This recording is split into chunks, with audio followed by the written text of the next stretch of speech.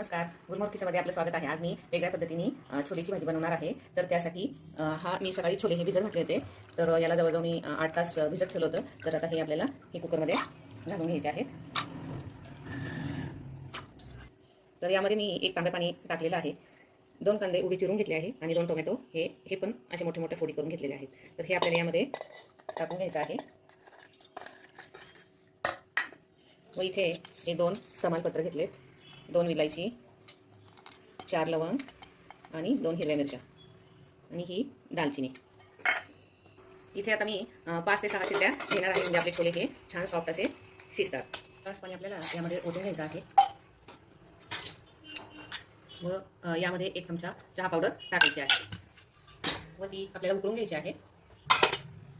तोपर्यंत आपल्याला हे जे टोमॅटो शिजलेले आहे त्याचे हे असे साल आपल्याला काढून घ्यायचे आहेत. वास खूप सुंदर येतो त्याचा.